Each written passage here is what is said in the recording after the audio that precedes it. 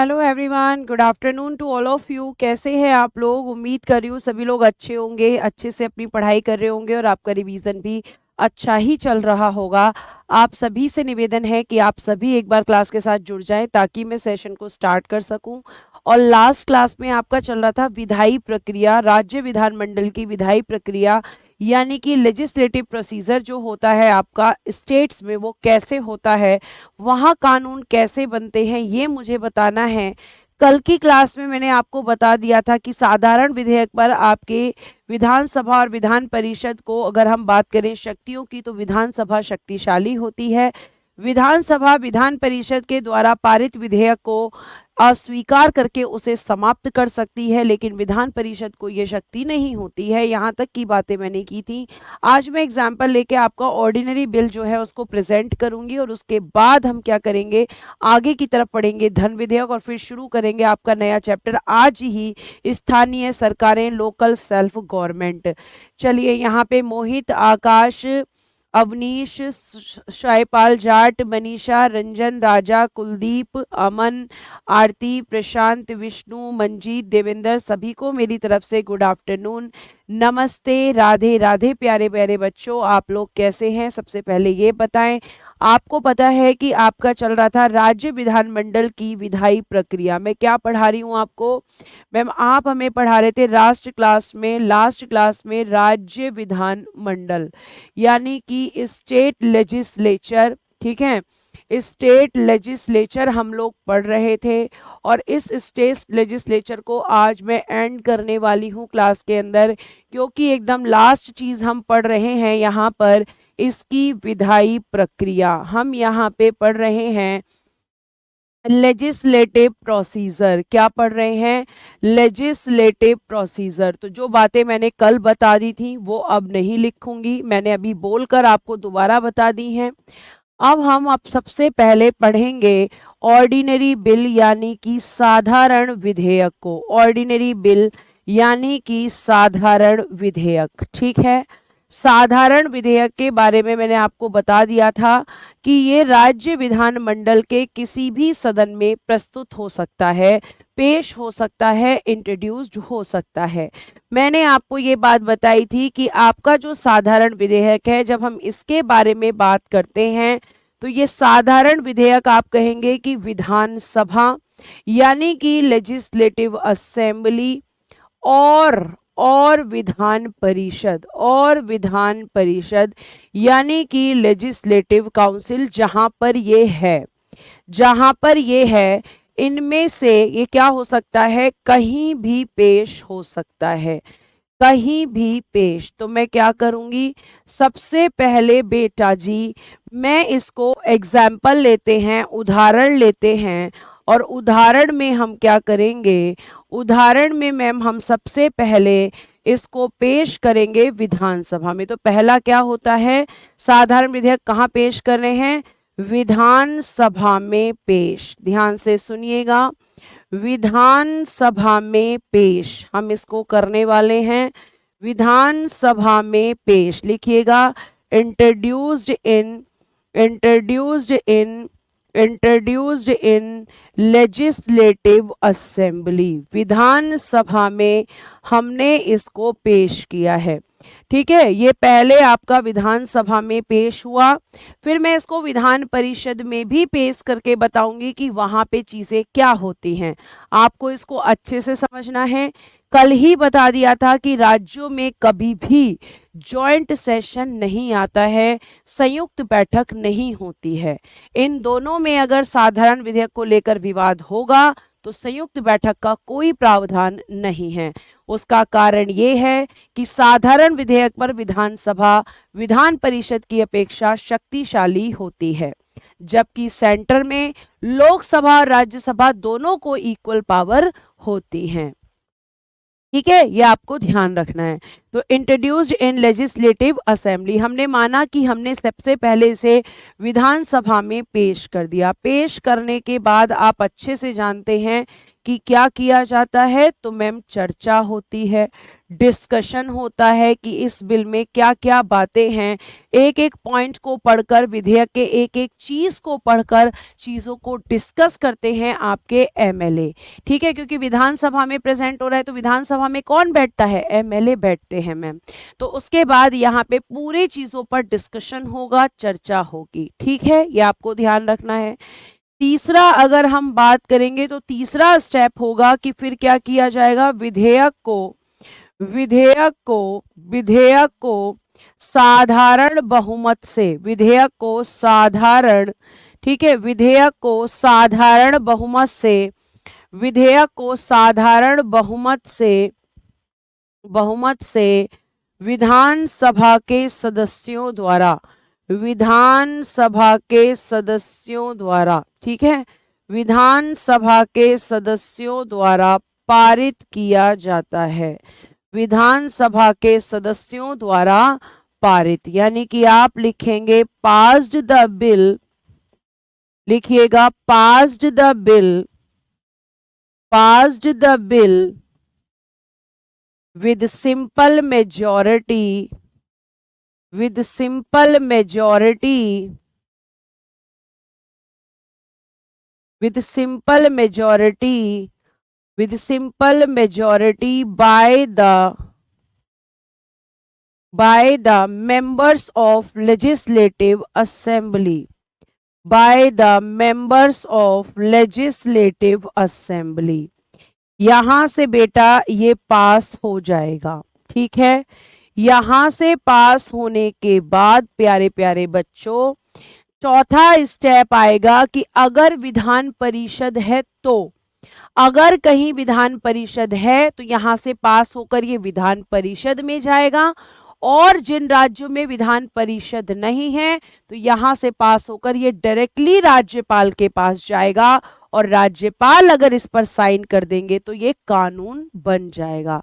तो मैं क्या करती हूं कि मैं मान लेती हूं कि इस राज्य का जिसका हम बना रहे हैं वहां विधान परिषद है, तो चौथा स्टेप हो जाएगा, मैं यहां लिख देती हूं ऊपर, जहां विधान परिषद है, जहां विधान परिषद होती है, जहां विधान परिषद होती है।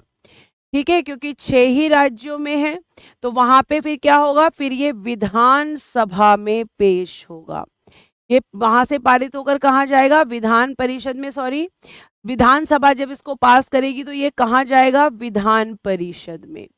ठीक है, तो अब ये क्या होगा, विधान परिषद में पेश होगा अब जाकर।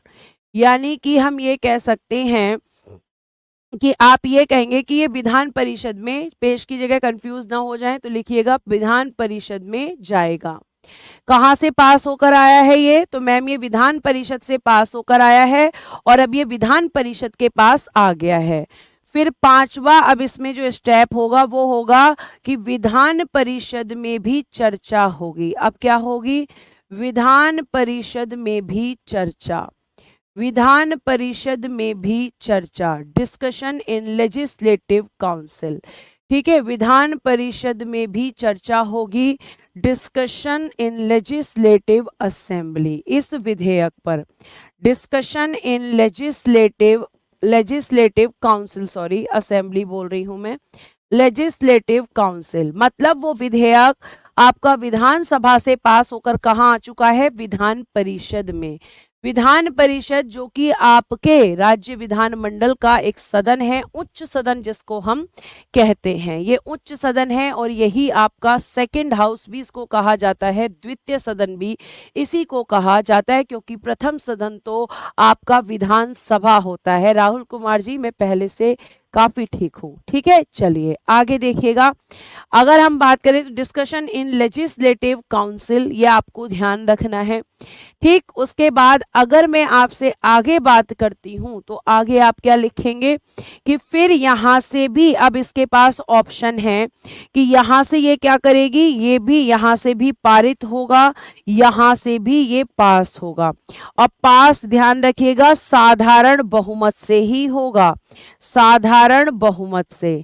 ठीक है, सिंपल मेजॉरिटी से ही बेटा जी ये पास होगा, कहां से, विधान परिषद से। सिंपल मेजॉरिटी से ही। अब देखो, अगर इसने यहां से पास कर दिया तो जरा ध्यान से देखना, अगर पास कर दिया तो फिर ये अब राज्यपाल के पास जाएगा, और राज्यपाल अगर इस पर सिग्नेचर कर देंगे, अगर वो इस पर हस्ताक्षर कर देंगे, ठीक है, राज्यपाल की शक्तियां मैं पहले ही पढ़ा चुकी हूं विधेयक पर, अगर वो सिग्नेचर कर देंगे तो फिर ये एक्ट या फिर लॉ बन जाएगा, यानी कि हम कह सकते हैं कि अधिनियम या कानून। लेकिन हमेशा ऐसा नहीं होता है, ऐसा नहीं होता है कि राज्यपाल हमेशा विधेयक को पारित कर दें, ठीक है, कभी कभी वो मना भी कर देते हैं, तो ये सब ऑलरेडी मैं बता चुकी हूं।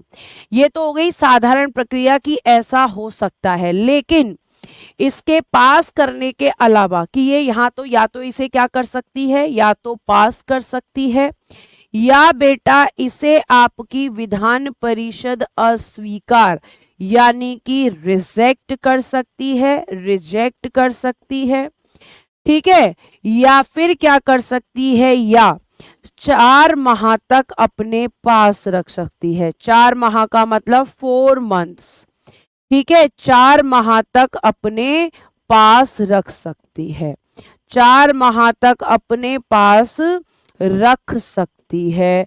आपको ध्यान रखना है, 4 महीने तक अपने पास रख सकती है।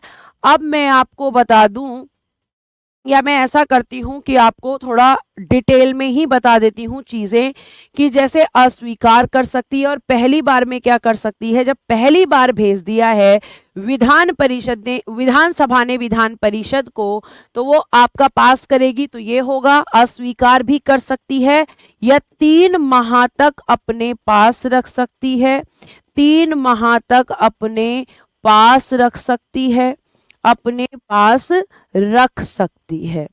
अब आप मेरी बात को जरा ध्यान से सुनना, ये बिल आपका विधानसभा ने विधान परिषद को भेजा है, तो पहली बार में वो पास कर सकती है, अस्वीकार कर सकती है, 3 महीने तक अपने पास रख सकती है, या हम ये लिख सकते हैं या विधेयक में, या विधेयक यानी कि बिल, विधेयक को इंग्लिश में कहेंगे बिल, या विधेयक को बिल में ऐसे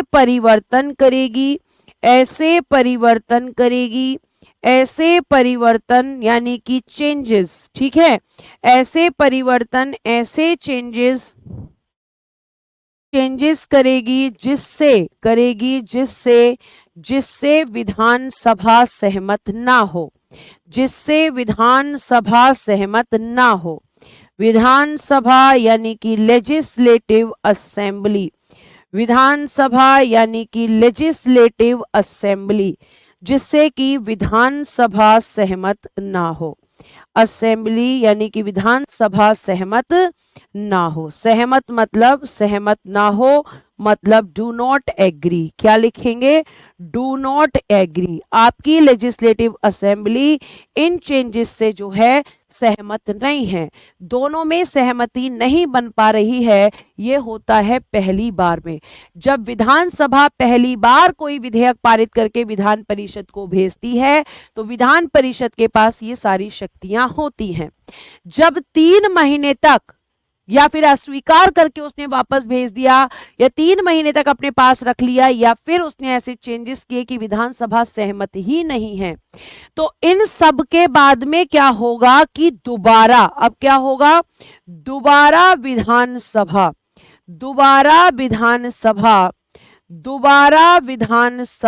ध्यान से सुनना बेटा, बहुत अच्छे से बता रही हूं, दोबारा विधानसभा विधेयक को पारित करके, दोबारा विधानसभा विधेयक यानी बिल, ठीक है, विधेयक को पारित करके, पारित यानी कि पास, ठीक है, पारित करके यानी कि पास करके किसको भेज रही है, करके विधान परिषद को भेजती है, 3 महीने के बाद विधान परिषद को भेजती है।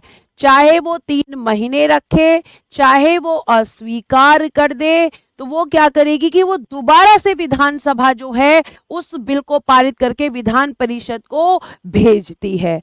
अब विधान परिषद क्या करेगी, तो अब विधान परिषद फिर से विधान परिषद अस्वीकार कर सकती है। ध्यान से सुनना, विधान परिषद अस्वीकार, ठीक है, रिजेक्ट कर सकती है, अस्वीकार यानी कि रिजेक्ट, अगेन रिजेक्ट कर सकती है, फिर से सुनिएगा, या क्या कर सकती है, या 1 माह तक अपने पास, तो टोटल कितना हो गया 4 महीने, 1 माह तक अपने पास रख सकती है, अपने पास रख सकती है। दोबारा में 1 महीने का टाइम होता है, यानी टोटल 4 महीने।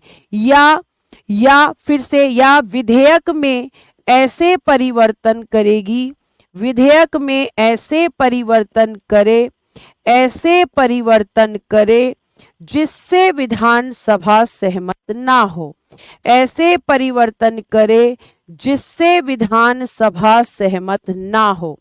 तो बेटा ध्यान रखना कि ये दोबारा की मैं बात बता रही हूं, विधानसभा सहमत ना हो। अब मैं यहाँ पे आपको बताती हूं कि क्यों विधानसभा यहाँ पावरफुल होती है।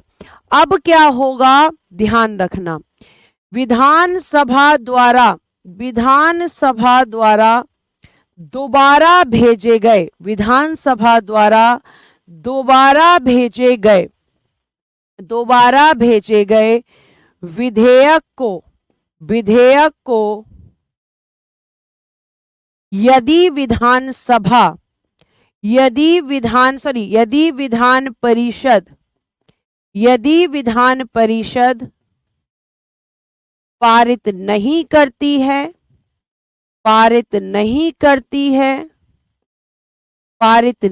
करती है तो 4 माह के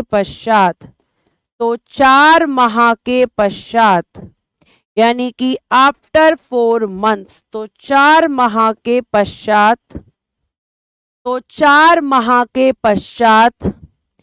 आफ्टर 4 मंथ्स, तो 4 माह के पश्चात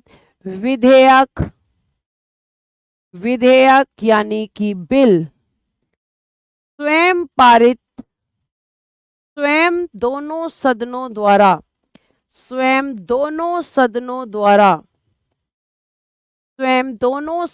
द्वारा पारित माना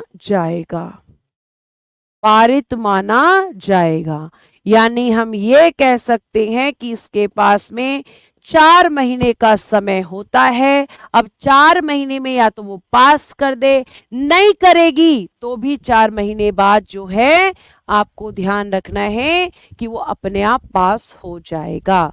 यानी आप ये देख रहे होंगे कि विधानसभा विधान परिषद से ज्यादा शक्तिशाली है। लेकिन मैम अगर यही बिल विधान परिषद में पहले पेश हो और फिर विधानसभा को जाए तो क्या होता है, तो आप उसको भी देख लीजिए।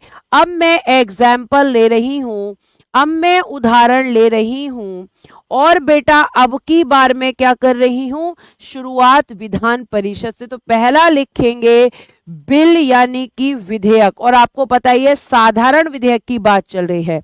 बिल यानी कि साधारण विधेयक कहां पेश कर रहे हैं, विधान परिषद में पेश। कहां पेश हो रहा है ये अब की बार, विधान परिषद में पेश हो रहा है। इंट्रोड्यूस्ड इन लेजिस्लेटिव काउंसिल, लिखिएगा introduced in legislative council, short में लिख रही हूं मैं, लेजिस्लेटिव काउंसिल पूरा लिख लेना। फिर उसके बाद जब ये बिल है पास होगा, फिर यहाँ पे चर्चा होगी, मतलब पेश होने के बाद इस हाउस में डिस्कशन होगा लेजिस्लेटिव काउंसिल में। फिर तीसरा मैंने आपको बताया ही है कि ये यहाँ से पारित होगा, पास होगा, और पास का किससे होगा, साधारण बहुमत से। साधारण बहुमत लिख दीजिएगा, सिंपल मेजॉरिटी, ठीक है, साधारण बहुमत से पास होगा। अब देखना गेम कैसे चेंज होगा, सिंपल मेजॉरिटी, ठीक है, यहां से पास होगा। उसके बाद में ये अब कहां जाएगा, चौथा, ये विधानसभा में जाएगा, विधानसभा में जाएगा। अब जब ये विधानसभा में जाएगा तो इसमें क्या होगी, फिर विधानसभा में चर्चा, क्या होगी, विधानसभा यानी कि legislative assembly, LA legislative assembly, विधानसभा में चर्चा यानी कि डिस्कशन इन लेजिस्लेटिव असेंबली। ठीक, उसके बाद जब हम छठे नंबर की बात करेंगे तो विधानसभा क्या करेगी, इसको पारित कर सकती है या, ठीक है, पारित करेगी या अस्वीकार कर सकती है, अस्वीकार या ऐसे परिवर्तन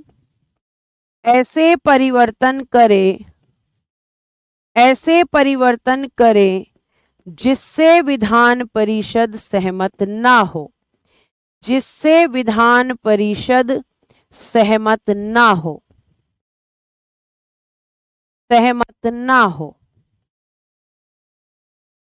या ठीक है, या फिर क्या कर सकते हैं, या लगा दीजिएगा हर जगह, इसका मतलब है, ठीक है, या 4 माह तक अपने पास रखे, 4 माह तक अपने पास रखे। बेटा जी ध्यान रखिएगा कि विधानसभा अगर विधान परिषद के बिल पर इनमें से किसी भी शक्ति का यूज करेगी तो आपको ध्यान रखना है कि बिल समाप्त हो जाता है, बिल का एंड हो जाता है। प्यारे प्यारे बच्चों, अगर ये 4 महीने तक कोई रिस्पॉन्स ना करे या अस्वीकार करे या दोनों में सहमति ना बने, लेकिन अगर ये पारित कर देगी तो फिर से वही प्रक्रिया, फिर ये राज्यपाल के पास चला जाएगा, राज्यपाल इस पे सिग्नेचर कर देंगे तो ये अधिनियम या एक्ट कह सकते हैं, एक्ट या लॉ में चेंज हो जाएगा। लेकिन इनमें से अगर कुछ भी करेगी तो सीधा समाप्त होगा। अब आपको अच्छे से दिख रहा होगा कि विधान परिषद विधानसभा के विधेयक को समाप्त नहीं कर सकती, लेकिन विधानसभा विधान परिषद के विधेयक को समाप्त कर सकती है। ठीक है, यह आपको ध्यान रखना है। जी कुलदीप जी, विधानसभा में MLA होते हैं और विधान परिषद में MLC होते हैं। तो ये होती है पूरी विधायी प्रक्रिया। एक विधेयक हमने पढ़ लिया और बच्चों इसी तरीके से आपका दूसरा विधेयक होता है जिसको आप कहते हैं मनी बिल, जिसको आप कहते हैं प्यारे प्यारे बच्चों धन विधेयक, और ये बहुत छोटा सा है धन विधेयक। आप लिखेंगे यह धन विधेयक, यह विधेयक केवल विधानसभा में पेश होता है। विधानसभा यानी कि लेजिस्लेटिव असेंबली में पेश होता है। यह विधेयक केवल विधानसभा में पेश होता है, ये कभी भी विधान परिषद में पेश नहीं हो सकता है, आपको ये ध्यान रखना है। चलिए अब मैं यहाँ पे बात कर लेती हूँ। एक बच्ची हैं जिन्होंने ये लिखा है, मैडम नहीं सेवक कुमार जी हैं। मैडम जी कुछ समझ नहीं आया, दिमाग घूम गया, बहुत कंफ्यूजन हो गई। सेवक कुमार जी मैंने कोई थ्योरी यहाँ नहीं लिखी है, सारा पॉइंट्स में बताया है। मैंने बताया सिंपल आपको बताया है कि अगर विधेयक साधारण विधेयक विधानसभा में पेश होगा तो क्या सिचुएशन होगी, और अगर साधारण विधेयक विधान परिषद में पेश होगा तो क्या सिचुएशन होगी, ये सब मैंने आपको बताया है। ठीक है, मैंने ये सारी चीजें आपको यहाँ पे बताई हैं। आप मुझे ये बताइए कि आप यहाँ पे, मैं सारे बच्चों से ये पूछूंगी एक बार फिर से कि क्या आपको ये चीज समझ में आई है। अगर समझ आई है तो प्लीज थम्स अप कर दीजिए। अब कुछ बच्चे पूछ रहे हैं कौन पास करवाएगा, भूत पास तो नहीं करवाएंगे रोशन कुमार जी। आप लोग जो है क्लासेस को बीच में छोड़ देते हैं, कुछ भी टीचर कहे तो मैम आप गुस्सा हो रही हैं। भाई विधानसभा में MLA बैठते हैं, विधान परिषद में MLC बैठते हैं, वही लोग डिस्कस करते हैं और पास करते हैं। और बिल कौन लाता है तो मैं बता चुकी थी कि मिनिस्टर या तो मंत्री लाएगा या फिर MLA या MLC लेके आएंगे। मैंने आपको बहुत अच्छे से ये सारी चीजें बताई हैं। एक एक चीज, एक एक पॉइंट को मैं क्लियर करती हूँ, सारी चीजें लिखती हूँ, जो लिखने की है वो भी और जो नहीं लिखने की है वो भी। अब आप मुझे ये बताइए कि कितने ऐसे बच्चे हैं जो रेगुलर क्लास करते हैं ईमानदारी से। ये आपकी ईमानदारी होगी, मेरी नहीं। ये आपकी ईमानदारी है, जो बच्चे यस लिख के भेज रहे हैं या जो थम्स अप कर रहे हैं, रेगुलर क्लास करते हैं, एक एक क्वेश्चन का आंसर उनके पास होगा कि क्या क्या चीजें होती हैं, विधेयक कौन लाता है, विधेयक कितने प्रकार के होते हैं, सब संसद में पढ़ा चुकी हूं। थोड़ा सा डिफरेंस है, बाकी सब कुछ वही है। इसलिए बेटा आपको हमेशा ये नसीहत दी जाती है कि आप डेली क्लास करें। जिसको समझ में नहीं आया वो मुझे ईमानदारी से ये बताएगा, वो लिख के भेजेगा कि मैम हम रेगुलर क्लास करते हैं और हमें समझ में नहीं आया। और अगर आप रेगुलर क्लास करते हैं तो समझ में नहीं आ रहा है तो फिर मैं ये आपसे क्वेश्चन पूछ लूंगी, मुझे पता चल जाएगा कि आप रेगुलर क्लास करते हो या नहीं करते हो। ठीक है, आपको मैंने बताया है, अब मैं एक बार दोबारा इसको रिपीट कर देती हूं कि जब भी कोई भी साधारण विधेयक होगा तो वो किसी भी सदन में पेश हो सकता है। मैंने इससे पहले की बातें कल की क्लास में बता दी थी। ठीक है, ये आपको ध्यान रखना है। निरस्त होने के बाद बिल पुनः विधान परिषद ला सकती है, क्योंकि विधानसभा का बिल तो विधान परिषद कैंसिल कर ही नहीं सकती। मैंने इसलिए आपको पूरा एक्सप्लेन किया। पहले मैं शॉर्ट में बताने की कोशिश कर रही थी, लेकिन मैंने सोचा कि कोई बात नहीं, बच्चों को एक्सप्लेन कर देती हूँ। जैसे विधानसभा में पहले पेश हुआ, फिर विधानसभा में चर्चा होती है, फिर वहां से एमएलए उस बिल को पास करेंगे। एमएलए इस बिल को जब पास कर देंगे तो ये विधान परिषद में चला जाएगा। जहां विधान परिषद है, जहां नहीं है वहां सीधा राज्यपाल के पास चला जाएगा। मैंने कल बताया था कि आपके विधान मंडल किस तरीके के होते हैं राज्यों में। मैम इससे पहले भी तो पढ़ाए थे 3 प्रकार के, जी हां, लेकिन यहां केवल 2 ही प्रकार के होते हैं। ठीक है, फिर भी 2 ही प्रकार के होते हैं, ध्यान रखिएगा। अब मैं आपसे यहां बता रही हूं, फिर जब ये विधान परिषद में गया तो विधान परिषद में बैठते हैं एमएलसी, मतलब मेंबर ऑफ लेजिस्लेटिव काउंसिल, वो बैठे होते हैं। वहां पे ये बिल जाता है, जाने के बाद में फिर इस पे वहां पर भी डिस्कशन होता है कि ये बिल पास होना चाहिए या नहीं।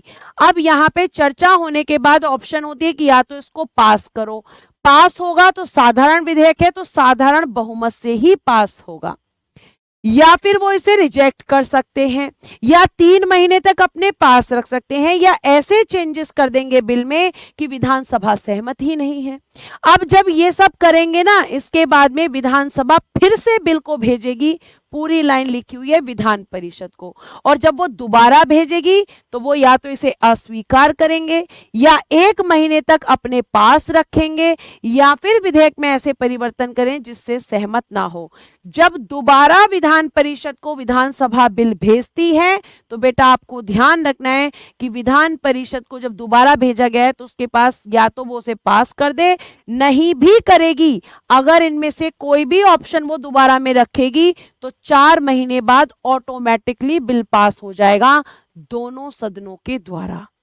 यानी विधानसभा विधान परिषद के बिल को कैंसिल नहीं कर सकती, लेकिन अगर बिल विधान परिषद में पेश हुआ, वहां चर्चा हुई, फिर ये आपका ये दूसरा एग्जाम्पल है, पहली बार में विधानसभा में पेश किया था, अब विधान परिषद में पेश कर रहे हैं। देखो रोशन कुमार, इन्होंने रेगुलर क्लासेस नहीं की। विधान परिषद में सबसे बड़ा हेड कौन होता है? इनके प्रश्न ही बता देते हैं कि ये रेगुलर क्लास नहीं करते हैं। अब यहाँ विधान परिषद में ये बिल पेश हो रहा है, दूसरा एग्जाम्पल है, फिर यहाँ चर्चा होगी, फिर यहां से ये पारित होगा, फिर ये विधानसभा में जाएगा। अब विधानसभा में फिर इस पे चर्चा होगी, अब चर्चा के बाद विधानसभा पारित कर सकती है, पारित करेगी तो राज्यपाल के पास जाकर लॉ बन जाएगा। लेकिन जरूरी नहीं कि वो पारित करे, वो अस्वीकार करे या ऐसे परिवर्तन करे कि सहमति ना बने, या 4 महीने तक अपने पास रखे, इन तीनों कंडीशंस में बिल समाप्त हो जाएगा। मतलब विधानसभा विधान परिषद के विधेयक को समाप्त कर सकती है, उसके पास ये शक्ति होती है। बच्चे कह रहे बिल में क्या लिखा होता है? बिल अलग अलग तरीके के होते हैं। ठीक है अमर सिंह जी, क्यों समझ में नहीं आता है?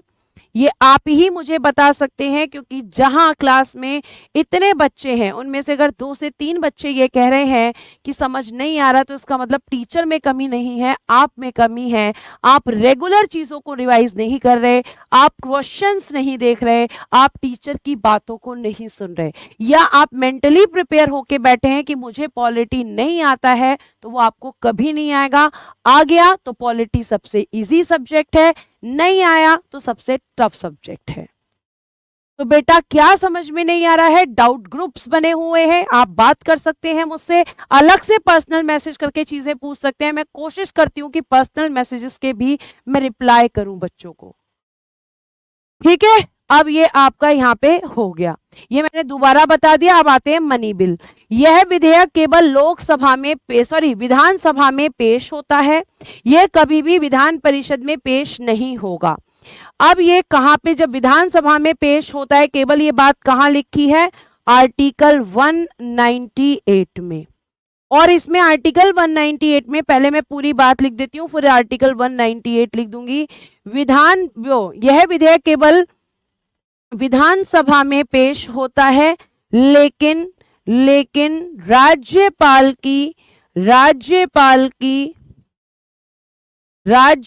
की सहमति के बाद, राज्यपाल की अनुमति लिखना, राज्यपाल की अनुमति के बाद। पेश तो विधानसभा में ही होगा, लेकिन पहले इसमें आपको क्या लेनी होगी? राज्यपाल की अनुमति। ठीक, देखना ध्यान से। तो क्या लिखेंगे? This bill introduced only in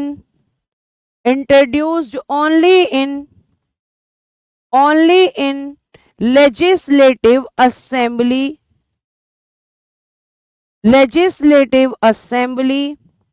but after permission of governor।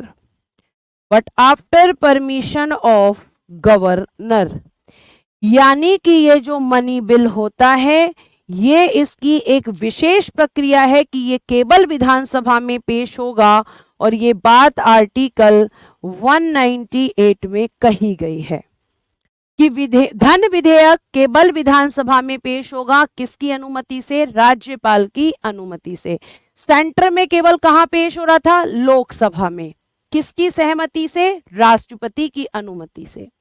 ठीक है, आपको ध्यान रखना है, पेश होता है। अब जाहिर सी बात है कि यहां पे जब इसी में पेश होता है, तो आप कहेंगे कि पेश होने के बाद, ये तो पहली प्रक्रिया हो गई, पहला पॉइंट हो गया। फिर पेश होने के बाद दूसरा पॉइंट क्या होगा? धन विधेयक पर चर्चा होगी। तीसरा क्या होगा? धन विधेयक पारित होगा, पास होगा। यहां डिस्कशन, धन विधेयक पर डिस्कशन विधानसभा में, फिर यहां से ये पास होगा, और बेटा पास होकर जहां विधान परिषद है, फिर लिखेंगे पास होकर विधान परिषद में जाएगा, विधान परिषद में जाएगा। अब जो बच्चे रेगुलर हैं उनसे मेरा एक क्वेश्चन है, वो जल्दी से मुझे बताएंगे। विधान परिषद में जाएगा, विधान परिषद इस बिल को केवल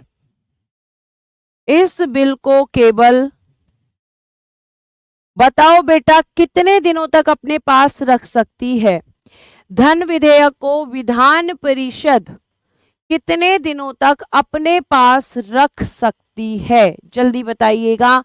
जब ये बिल विधानसभा से पास होकर जाएगा, तो विधान परिषद इस विधेयक को कितने दिनों तक अपने पास रख सकती है? आपको बताना है। जैसे ही आप प्रश्न का उत्तर कर देंगे, मैं आगे की तरफ बढ़ जाऊंगी। बहुत बढ़िया रामेश्वर पांडे। आप देखिए, आंसर से ही पता चल जाएगा कि कितने बच्चे जो है चीजों को समझ रहे हैं। बहुत बढ़िया, रामेश्वर है, प्रदीप है, आगे बढ़िए, फटाफट आंसर करते जाइए। ये सारे बच्चे सही आंसर कर रहे हैं। बिल्कुल सही बात है कि मैम 14 दिनों तक, 14 डेज तक, केवल 14 दिनों तक, 14 डेज, 14 दिनों तक ठीक है, बिल को केवल 14 दिनों तक अपने पास रख सकती है, अपने पास रख सकती है। इस या तो ये 14 दिन के अंदर पास कर दे, अगर नहीं भी करेगी तो ये 14 दिन बाद अपने आप पारित हो जाएगा। बहुत बढ़िया जिन बच्चों ने कहा है 14 दिन, बहुत बढ़िया। 4 माह साधारण विधेयक होता है, धन विधेयक नहीं। ठीक है, यही बता रहा है कि आप रिवीजन नहीं कर रहे हैं। बहुत बढ़िया, करना भी नहीं चाहिए।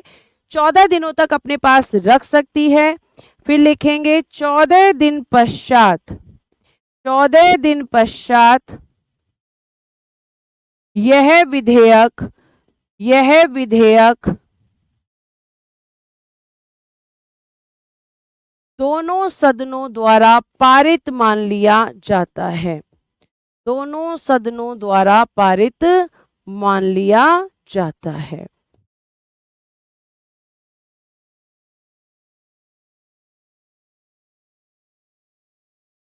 और जब ये यहां से पास हो जाएगा तो फिर कहां जाएगा, राज्यपाल के पास। राज्यपाल जैसे ही साइन करेंगे ये धन विधेयक आपका एक्ट या लॉ बन जाएगा। मतलब उसमें तो विधान परिषद में बिल पेश हो सकता है, लेकिन यहाँ पेश भी नहीं होगा, यहाँ केवल पेश होगा विधानसभा में। और ये केवल धन विधेयक को 14 दिन अपने पास रख सकते हैं। जो 4 माह आप बोल रहे हो वो साधारण विधेयक है, और विधान परिषद जो है 4 माह तक अपने पास किसको रखेगी, साधारण विधेयक को, ना कि धन विधेयक को। दोनों विधेयक में अंतर है। संविधान संशोधन विधेयक बेटा आपको बता दूं तो वो यहाँ पे नहीं पढ़ेंगे, क्योंकि संविधान में संशोधन करना, पारित का मतलब होता है पास्ट।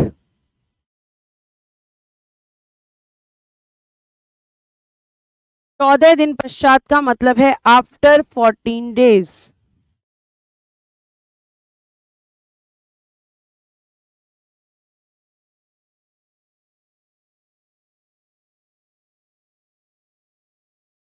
विधेयक का मतलब है बिल, दोनों सदनों का मतलब है बोथ हाउस।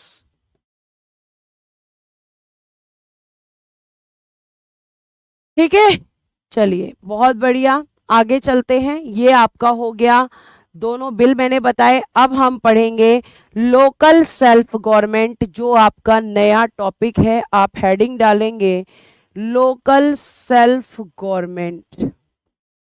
इसमें मैं आपको पढ़ाऊंगी पंचायत और नगर पालिकाएं, यानी कि स्थानीय स्वशासन। ठीक है, स्थानीय स्वशासन।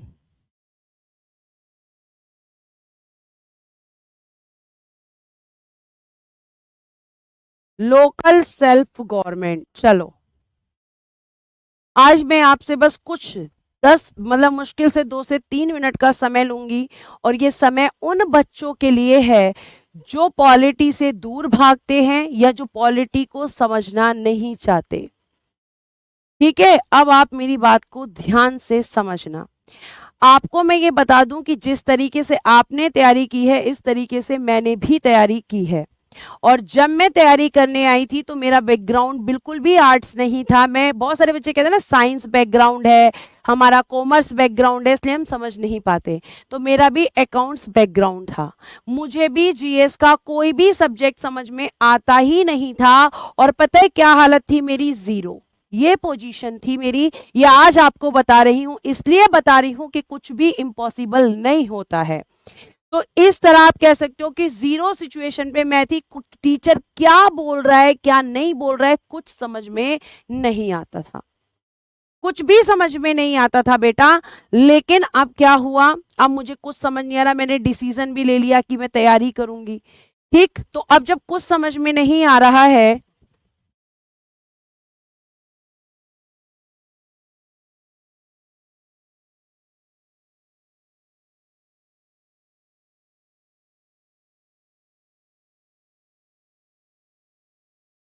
ठीक है, तो क्या हुआ फिर, सुन लो अब। तो क्या हुआ कि अब मैं यही सोचती थी कि मुझे समझ में ही नहीं आता, मुझे छोड़ देना चाहिए। लेकिन मैंने ये भी सोचा कि जिस दिन मैं छोड़ दूंगी उस दिन लोग कहेंगे कि तुमने क्या किया। ठीक है, तो आप ये सोचो कि जो टीचर आज आपको पढ़ा रही है उसका पॉलिटी मैंने बोला 0 था, मुझे पता ही नहीं था पीएम क्या है, प्रेसिडेंट क्या है, संसद क्या है, क्या होता है, ये सब नहीं पता था, चीजें नहीं थी, कोई पूछने वाला भी नहीं था। लेकिन बेटा जिस दिन मैंने खुद से चीजों को पढ़ना शुरू किया, क्वेश्चन को देखना शुरू किया, मुझे समझ आ गया कि पॉलिटी क्या होती है और हिस्ट्री क्या होती है या बाकी सब्जेक्ट्स क्या होते हैं। ठीक है, मुझे कितना टाइम लगा, मुझे उस दिन बिल्कुल टाइम नहीं लगा जिस दिन मैंने खुद से पढ़ना शुरू किया।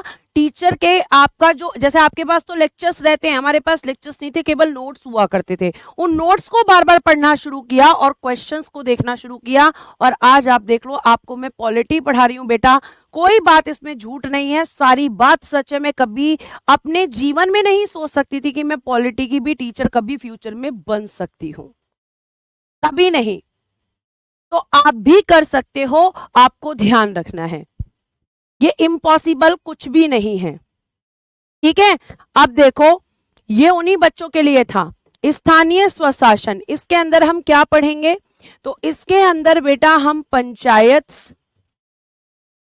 ठीक है, पंचायत को पढ़ेंगे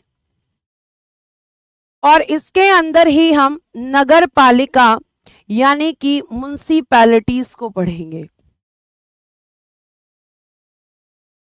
तो पहले हम शुरुआत करेंगे पंचायत से। पंचायत को ध्यान से पढ़ना, म्युनिसिपैलिटी अपने आप समझ में आ जाएगी।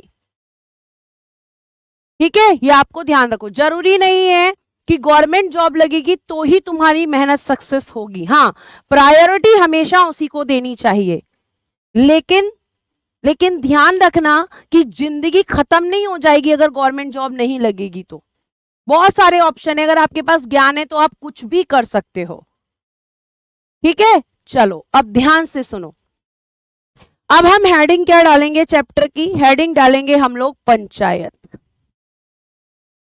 पहले हम पंचायत पढ़ेंगे और ध्यान से पढ़ना पंचायत को, क्योंकि दोनों में बहुत सारी चीजें कॉमन हैं। पंचायत पढ़ लिया मतलब म्युनिसिपैलिटी पढ़ लिया। अब ध्यान से सुनो, ठीक है। पंचायत की जब हम बात करेंगे तो मैंने आपको डीपीएसपी का आर्टिकल पढ़ाया था 40, और इसमें कहा गया है कि आपका जो राज्य है, राज्य का मतलब वहां किससे था, देश से था, देश कह सकते हो। और इस देश में जो सरकार है उससे कहा गया, देश की सरकार को यह डायरेक्शन दिया गया है, गवर्नमेंट को यह डायरेक्शन दिया गया कि आपको क्या करना चाहिए, आपको पंचायतों का गठन करना चाहिए। आपको क्या करना चाहिए, तो इन्होंने कहा कि आपको पंचायतों का गठन करना चाहिए। ठीक है, तो आर्टिकल 40 क्या कह रहा है कि मैम कह रहा है पंचायतों का गठन, पंचायतों का गठन करना चाहिए, पंचायतों का गठन करना चाहिए। यानी कि गांव के विकास के लिए पंचायत बनानी चाहिए, यानी हम कह सकते हैं फॉर्म्ड ऑफ पंचायत। ये किसने कहा है, ये किसकी आइडियोलॉजी है, तो श्री महात्मा गांधी जी, हमारे राष्ट्रीय पिता जिनको हम कहते हैं, ये उनकी आइडियोलॉजी है। ये किसकी विचारधारा थी, किसकी आइडियोलॉजी थी कि पंचायतों का गठन होना चाहिए, तो आप कहेंगे कि मैम ये आइडियोलॉजी थी हमारे श्री महात्मा गांधी जी, माननीय महात्मा गांधी जी, राष्ट्रपिता जी। ठीक है, महात्मा गांधी जी की आइडियोलॉजी थी। उन्होंने कहा कि अगर विकास को सच में विकास कहना है तो पहले गांव का विकास करो। ठीक है, गांव का विकास करो, और ध्यान रखो कि गांव का विकास तभी हो सकता है जब गांव के लोग भी प्रशासन में भागीदारी हो, एडमिनिस्ट्रेशन में उनको भी शामिल किया जाए, तभी जाकर क्या होगा, तभी जाकर गांव का विकास होगा, लोग अपनी समस्याएं खुद सुलझा पाएंगे। और आपको ध्यान रखना है कि ये किसने कहा, गांधी जी ने। उन्होंने कहा कि जब तक सबसे निचले स्तर के व्यक्ति का विकास नहीं होगा, आप विकास को विकास नहीं कह सकते। ठीक है, ये आपको ध्यान रखना है। बेटा कहानी एग्जाम में नहीं आएगी, मैं कहानी नहीं सुना सकती, उसके लिए मुझे माफ करेंगे आप।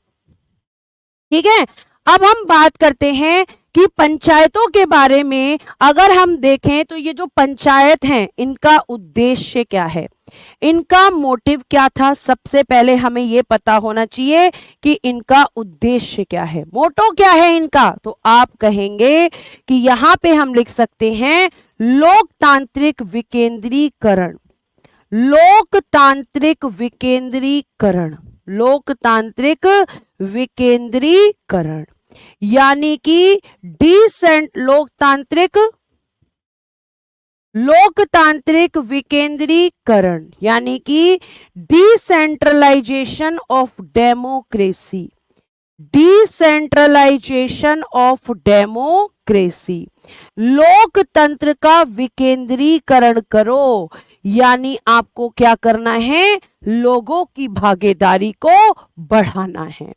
तो उद्देश्य था लोकतांत्रिक विकेंद्रीकरण, इसका अर्थ होता है कि लोगों की भागीदारी को प्रशासन में बढ़ाना, लोगों की भागीदारी को प्रशासन में बढ़ाना, लोगों की भागीदारी प्रशासन में बढ़ाना। ये इसका मतलब होता है कि एडमिनिस्ट्रेशन में ज्यादा से ज्यादा लोग यहां पे पार्टिसिपेट करें, ये इसका उद्देश्य था। ठीक, अब बात करते हैं कि सबसे पहले क्वेश्चन आता है कि स्थानीय स्वशासन का जनक किसे कहा जाता है, स्थानीय स्वशासन का जनक यानी कि फादर ऑफ लोकल गवर्नमेंट, क्या लिखेंगे, father of local government, of local government किसको कहा जाता है, एक और प्रश्न बनता है। तो आप कहेंगे कि कहा जाता है रिपन को, किसको कहा जाता है, रिपन, यानी कि अंग्रेजों के समय पर भी पंचायतें हुआ करती थी। पंचायत कोई नया विषय नहीं है। अगर आप एंशियंट हिस्ट्री, अगर आप प्राचीन इतिहास से देखेंगे तो पहले सभा और समिति के नाम से दो संस्थाएं थीं जो बिल्कुल पंचायतों की तरह काम करती थी। चोल साम्राज्य, चोल डायनेस्टी को अगर आप पढ़ेंगे तो चोल काल प्रसिद्ध ही था किसके लिए, स्थानीय स्वशासन के लिए। उसकी विशेषता थी चोल डायनेस्टी की, लॉर्ड नहीं लगाएंगे, लॉर्ड लगाना इनके लिए सही मुझे नहीं लगता। तो रिपन जो है वो आपका फादर ऑफ लोकल गवर्नमेंट था। अगला प्रश्न, सबसे पहले इनके बारे में प्रावधान कहां किया गया, तो लिखेंगे प्रावधान, या लिखेंगे इनके लिए स्पष्ट प्रावधान, इनके लिए मतलब पंचायत के लिए, इनके लिए स्पष्ट प्रावधान यानी कि क्लियर प्रोविजन कहां किया गया था कि पंचायतें बनेंगी। तो आप लिखेंगे कि क्लियर प्रोविजन अंग्रेजों ने ही कर दिया था, स्पष्ट प्रावधान किसमें, तो भारत शासन अधिनियम 1919, भारत शासन अधिनियम 1919। ठीक है, तो आप क्या लिखेंगे, लिखेंगे इंडियन, ऐसे लिखना भारत शासन अधिनियम, तो आप लिखेंगे 1919, हाँ भारत शासन अधिनियम 1919 लिख दीजिएगा, इंग्लिश में लिख दीजिएगा इंडिया एक्ट ऑफ 1919, बस आप इतना याद रखना। ठीक है, इंडियन एडमिनिस्ट्रेटिव एक्ट 1919 में फिर क्या किया गया, अब देखो यहां पे फिर क्या गया, 1935 के अधिनियम में, 1935 का अधिनियम जो था, 1935 के अधिनियम में, इन एक्ट ऑफ 1935, 1935 के अधिनियम में इन्हें राज्य सूची, राज्य सूची यानी कि स्टेट लिस्ट, स्टेट लिस्ट, राज्य सूची का विषय बना दिया गया, राज्य सूची का विषय बना दिया गया। विषय का मतलब होता है सब्जेक्ट, तो सब्जेक्ट ऑफ स्टेट लिस्ट इसको बना दिया गया। किसका? स्टेट लिस्ट का। कि इस पर स्टेट लिस्ट का मतलब है कि अब पंचायतों के लिए जो भी काम करेंगी वो राज्य की सरकारें करेंगी, यानी कि पंचायत और नगर पालिकाएं राज्य सूची का विषय है, स्टेट लिस्ट का सब्जेक्ट है। ये सब तो हो गया इनका इतिहास। जब इनके बारे में इतिहास से ही बात की जा रही थी तो भारत की आजादी के बाद भी इनके लिए चीजें की जा रही थी।